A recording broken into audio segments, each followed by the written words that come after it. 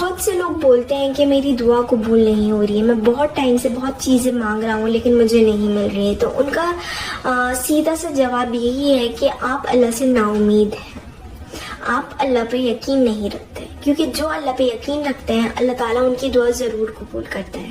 اور اگر آپ کی کچھ دعا قبول نہیں ہو رہی ہیں تو یہ تو دیکھیں اللہ تعالیٰ نے آپ کو ارد گرد اتنی چیزیں دے رکھی ہیں جو آپ مانگتے بھی نہیں ہیں، اللہ آپ کو وہ چیز دے دیتا ہے. تو اللہ کا شکر ادا کریں کہ آپ کو ہر چیز، ہر نعمت مل رہی ہے بنا مانگے. اور کچھ دعاؤں میں اگر آپ کی دیری ہو رہی ہے تو اس میں آپ کی بھلائی ہے، کیونکہ اس چیز کے لیے آپ ابھی پرفیکٹ نہیں ہیں.